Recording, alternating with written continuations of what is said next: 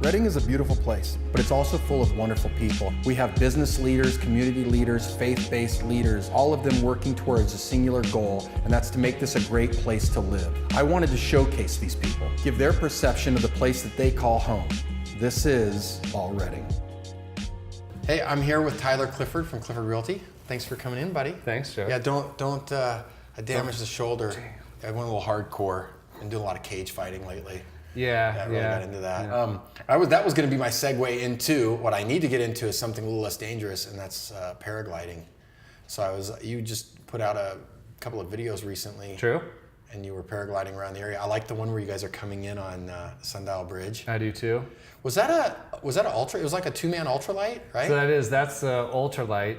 You know, it's a two-seater. You sit kind of right in the front, and you can go fly over the city or fly the or go out to the lake, and you know you can cruise like 10 feet over the water. It's quite an experience. Clearly, you're not scared of heights or anything, because that's what, as you're saying this stuff, I'm kind of like my heart starts like bum bum bum bum bum. So you know, interestingly, if I stand like Grand Canyon edge of a building, oh yeah, vertigo. But I've even been paragliding and asked myself, you know, why do I feel so comfortable? I'm looking down and nothing underneath you. I just feel comfortable. So yeah, I can't explain it really, why I do. How often do you get out? So in the wintertime, not as much, because the flying season, you know, is in. Right now though, it's prime time. So usually 2-3 days a week. Very nice. During the flying season. In regard to hang gliding, paragliding, Hat Creek Rim, which is here, was actually rated number 5 in the nation. Oh, very nice. Last night, my friend and I were the only pilots there. How do you know like what the conditions are? Is it just, hey, it's not raining and winds aren't over a certain temperature, or what? We've got different weather stations all around different mountaintops. Mm-hmm. So we can access those, they call them the RAWs. You can look at the past to see a pattern. You can see their forecast, what's been going on, and we'll follow patterns.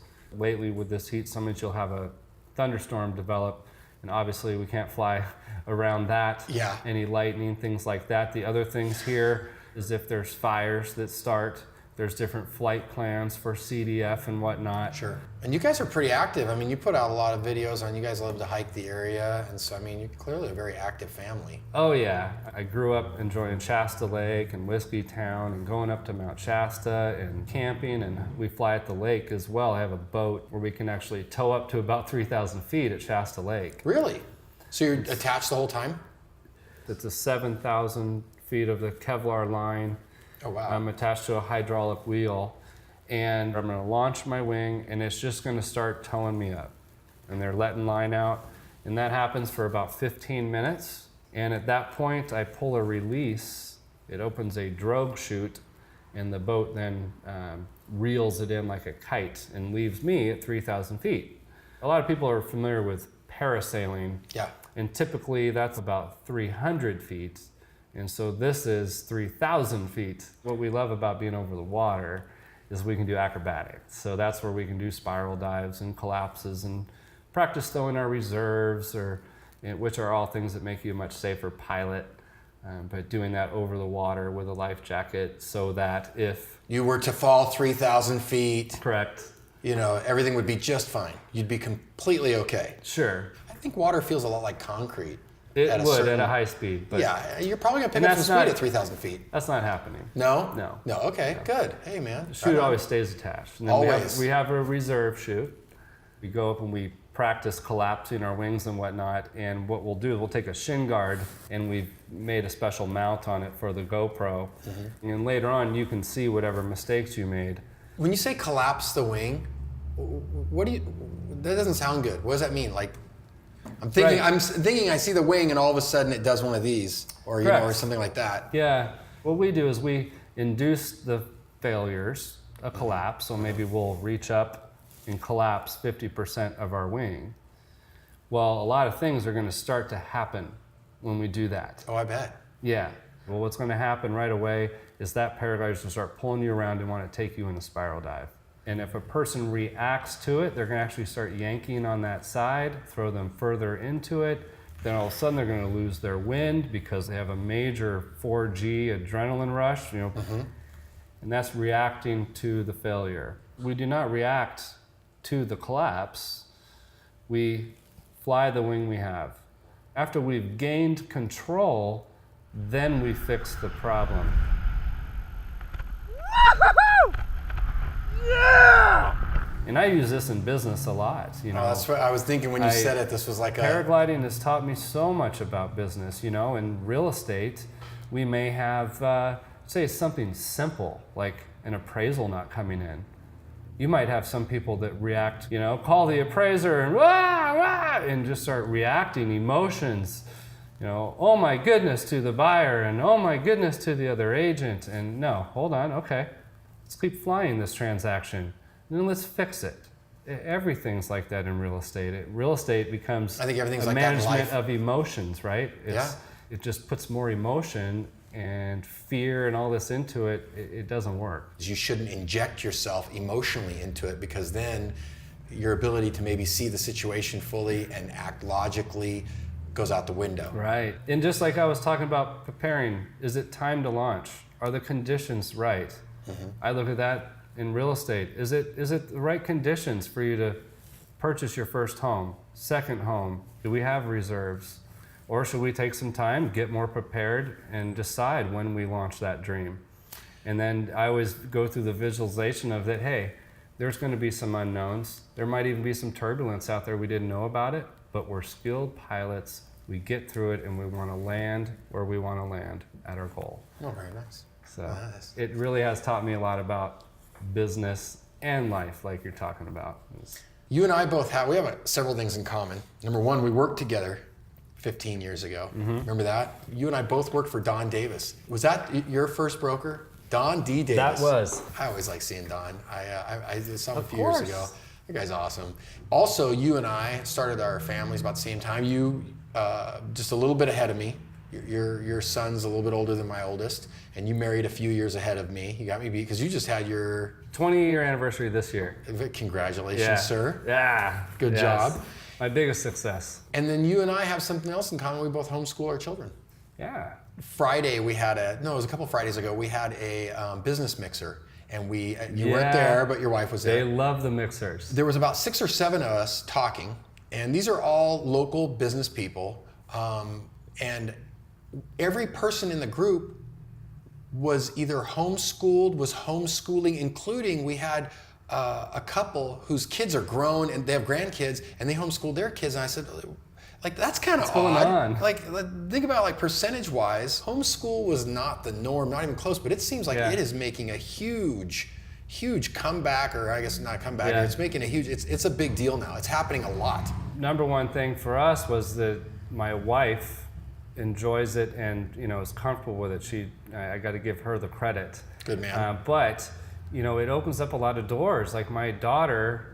She really excels in dance and piano, and if they're excelling in an area, I love to let's go for it. I completely agree. We homeschool. My wife was a school teacher, and so it just made sense. We tried public schools for a year, and no dig on them, but they're just I'm talking to Jeff was on here, and we talked a little bit about how there was a shift. And we were talking more about the collegiate shift versus trade schools, and how you see this. It seems like a glut of people that have a college education, a lot of debt, and they're saying, hey, I have no employment opportunities. Yes. And meanwhile, everyone's saying, hey, I can't get a contractor out. Why? Because they're booked. They're booked 6 weeks out, 7 weeks out.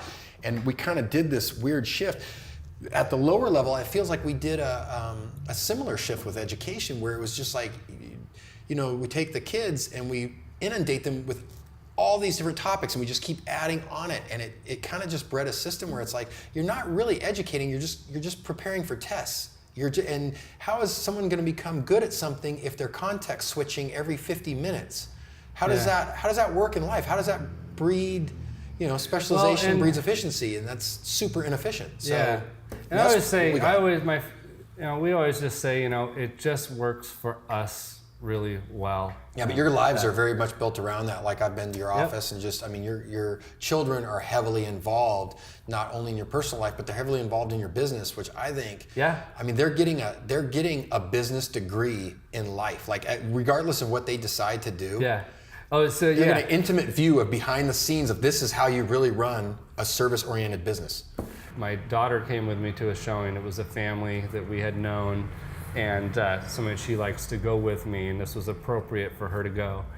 So we're looking at the house, and my daughter comes up, you know, she's 10, and she goes, "Daddy, I cannot find the hot water heater. I've looked everywhere. There's not a hot water heater closet inside, and I haven't found it outside." And I don't see it outside. You know, she knows this is one of the elements of a house, and she knows that we're always needing the double strap on the hot water heater and Awesome. this and that, you know. She's already wanting to sell real estate. That's real world. And That's real world education. She's always, we're out and she's our number one promoter. She'll be saying, "Do you know my daddy sells homes? Do you know anyone that needs to buy or sell a home?" Oh, She'll that's fantastic. say. She's so cute. Oh, that's a commercial. Are you kidding me? She goes, yeah. She goes, "Daddy, I'm gonna get referrals." Very nice. What are you going to be, 18 to get your license? Right. Or, I don't know because the laws are kind of Yeah, changed. 18. Well, Yeah. 8 more years. She'll be ready for the test. Yeah. You know, I want to talk about your logo because you kind of told me about it. And it's I like it. Yeah. So you have a piece of fruit. Tell me a little bit about what the Piece of fruit. and why you guys chose that, what that means. Yeah, it's a pomegranate. And there is a story to it. Let me Please. just tell the whole story. From the Kinda. very beginning The and leave entire no thing. detail out. Do you understand? I'll do it my best. Okay, I know you will. So how it goes is I had worked for companies for years, of course, and the big corporations, nothing wrong with them. And real estate was tough for me in the fact that you've got one of the biggest decisions for people maybe in their life. You know, a lot of people, it's the biggest financial piece is their home. A lot of people, either way, it's a huge decision. And to turn that into sales goals, it really made me uncomfortable. I struggled with it.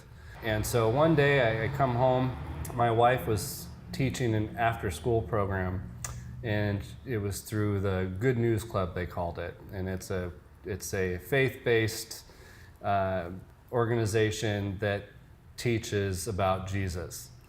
And she was telling the story about Moses and how he was felt like he was supposed to conquer the Canaanites and was scared and spends 40 years in the desert, finally sends spies into the land of Canaan. And one of the things they came back with, telling about this place of prosperity and abundance, was pomegranates. And it was this rare fruit with a tough outer shell with this amazing fruit inside that represented abundance. And it opened up two thoughts for us. One, that no matter what somebody's doing in real estate, if it's as simple as they want to change school districts, they've probably been thinking about it for a while. And they have a lot of fears involved, and they've been in their own desert for a while, most likely. And so we came up with a mission statement. And it's to use the gifts God has given us to our full potential to help impact and improve the lives of others through real estate.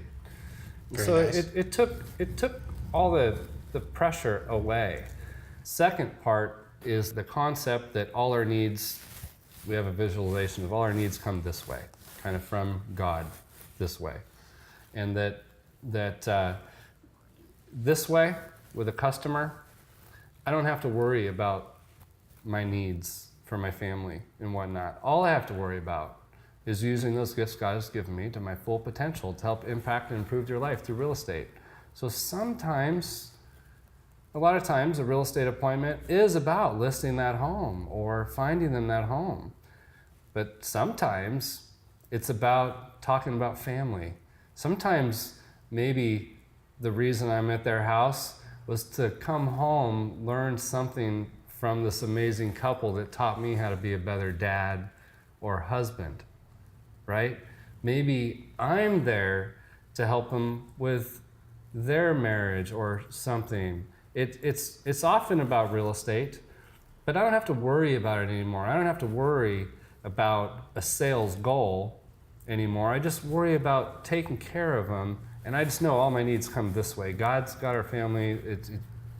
I really believe that. I could tell you a lot of stories of just what's happened, and just that's what I believe, and that's my comfort zone, and that's how, you know, I feel like I've become able to really help people and become a good salesperson. And that's after developing this philosophy is when we saw our business double and then go again. It's just the growth since this time has been profound, and it's just it's made me relaxed. It's made me relaxed. I don't have to worry about making sales. You know, just help people.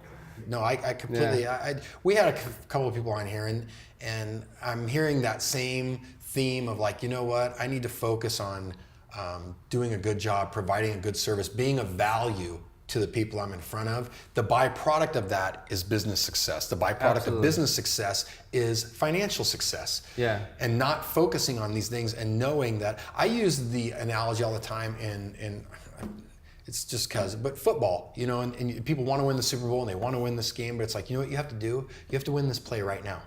I know you want a touchdown. I know you want to win the game. I know you want to win the Super Bowl. Right now, you have to move this ball 3 yards. Yeah. And if you don't move this ball 3 yards, then you can't. It all builds upon itself. We had Jeff Tugwell on here, and he was talking about how success is this culmination of these small little good choices, these small little wins that they build up over time, accumulate, and the end product. And you know, I hear the same thing when you said that. Is it's talking about not focusing on me and my needs and getting people to do things they shouldn't do because your bottom line. Yeah, I've got to come home, you know, to be the father I want and the husband I want to be, and your kids are watching, and they're learning these lessons. And these are more valuable than who was the 13th president? And you bring up the biggest point. You can tell your kids all you want, but they're too busy watching what you do. Yeah. You know, and then he gives the example of, you know, don't lie, son, phone rings. Tell them I'm not here. You know, it's just, they're too busy watching what you do. And that's kind of a relief in parenting, is that if you want you know who your kids you want to be, just be the person you want them to be. No, absolutely. Quit worrying about it. Just be that. A little bit of pressure there, but yeah, a little bit of pressure is good, man. Yeah, you know, it's especially if you're going to be a parent. Why is life supposed to be easy? I don't understand what person got better because their life was so easy. And when I think of the most successful people. And again, that success is not just financial, but when I think of people that I go, hey, that's a successful person, they've overcome challenges, whatever those challenges are. Yeah. I have several people I draw upon in my life, people I think about every now and then when the time gets tough. And I remember I used to work out at Gold's Gym, back when it was Gold's Gym, and there was this guy that used to come in, and he was blind, and he rode the bus to Gold's Gym. I mean, he was in phenomenal shape, and he was older than me. And I remember one time they moved all the equipment around, right? Like they were cleaning, so they'd moved everything around, and he had clearly. And so he comes in, and he's kind of moving around. So I go up to him, and I said, "Hey, they moved everything around. Do you want, do you want me to tell you where things are? Help you out? Yeah." And he said, "Here's what I want you to do. Take me to where they've taken, because this gym was pretty big. He goes, take me over to where just the benches are." And so, he grabs my arm, I lead him over the benches. And I said, "Hey, whenever you need me, I'll be." He says, No. If you help me, I'll never learn the layout. And I watched him struggle to figure it out. And then a week later, he had it all memorized. That's awesome. And I try to remember that guy, like when I'm like, this is tough. This is like, man. Wow. And I'm reading a book right now. I brought it up to Jeff. Is The Obstacle Is the Path. It's a pretty good book by Ryan Holiday. It's just talking about, hey, man, that's the challenges are what define you. The challenges, solving the problem. That is the path. You know what I mean? Not everybody wants that path, but I think that's the path worth following. Yeah. So I like it. Yeah, I That's stole a good it. story. I stole it from somebody else. That's a great story. Man. So I think about that guy every now and then, and there's several. We've all had those people in our life. You know what I mean? Whether we knew them personally or whether we heard their story, their motivations. But I'm hoping that I can instill that in my kids. I think you're instilling it when I've spoke to your children. They're wonderful kids. Oh, they have a thanks, great sir. conversation with adults. You're constantly putting them in these positions to interact with adults as, adults. They're not, they take to it like, it's just natural. Like at the it's business the environment mixers. they've grown up in, it's just. So they're going to crush it. I know your son, he wants to, I hope I'm not giving anything away here, but No, that's okay. I know he really likes high-end cars. Yep, and he's, 13, already purchased his first car. Oh, he did? I didn't know that part. Yeah, wow. he's very diligent. He'll save up money, and then he'll decide he's going to spend half of it maybe on some Legos or something. Very good. We'll go to the store. He'll spend some time picking out the Legos, and then he'll put it back and go, I'm not actually going to buy this time. So he saved up $3,000, and Very nice. he bought a 300ZX Turbo, the T-top, 1986. Like nice. A vintage car.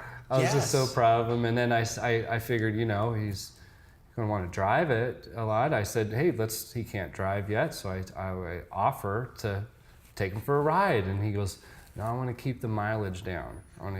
Because it affects the value. I want to drive it just enough to keep it mechanically okay. Very nice. So yeah, he's definitely got a future in cars. He's a car fanatic. And there's some cars rolled through town. What did was it a Lamborghini or a Bugatti or through town. What was it that he got to? He's the one that spotted it. He goes, Daddy, there's a McLaren. I'm McLaren, like, what's right. a McLaren? Yeah. and they say in Redding, the Gold Rush Rally came through. They say that $500 million worth of vehicles pulled into In-N-Out Burger. It was incredible. Lamborghinis were a dime a dozen, and it was quite something. And so he got to, but you guys went up to, he got to talk to the guy, right? And the guy All kinds of, yep. Did the guy let him get in the car? Yes. Take a picture? Yep. Very nice. Yep. Oh man.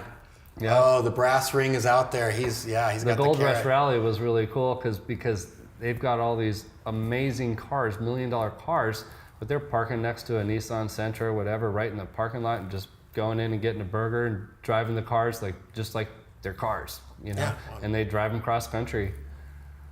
And so I think that's a rich man's sport for sure. Oh yeah. That's a precursor to racing sailboats. So that's awesome, man. He's got the they're going to do great. I'm trying to do the same thing with my kids. Put it, show them. Because we're really just like you. When you homeschool your kids, your interaction level is much, much higher. Right. It's just, I'm not trying to, this isn't, Well, not being braggadocious. It's just time. Yeah, it's just time. Yeah, you're not waiting for them to come from school. It's like, you know what it's like? It's like getting rid of a commute. It's like people my friends that commute in the Bay Area and they spend 45 minutes to an hour and 15 each way to work. That's time that you're not going to spend at home. That's time you're not going to spend with your spouse. That's okay, correct. so now they don't have that commute. I work and live like a mile and a half away. I was talking to I have a business coach, right? So, somebody that's helped me and he lives in Phoenix and we were talking about time management and he's like, so how long between, home and work? And I like 5 minutes. He's like, what? No, you're not allotting. I'm like, no, I'm 5 minutes away.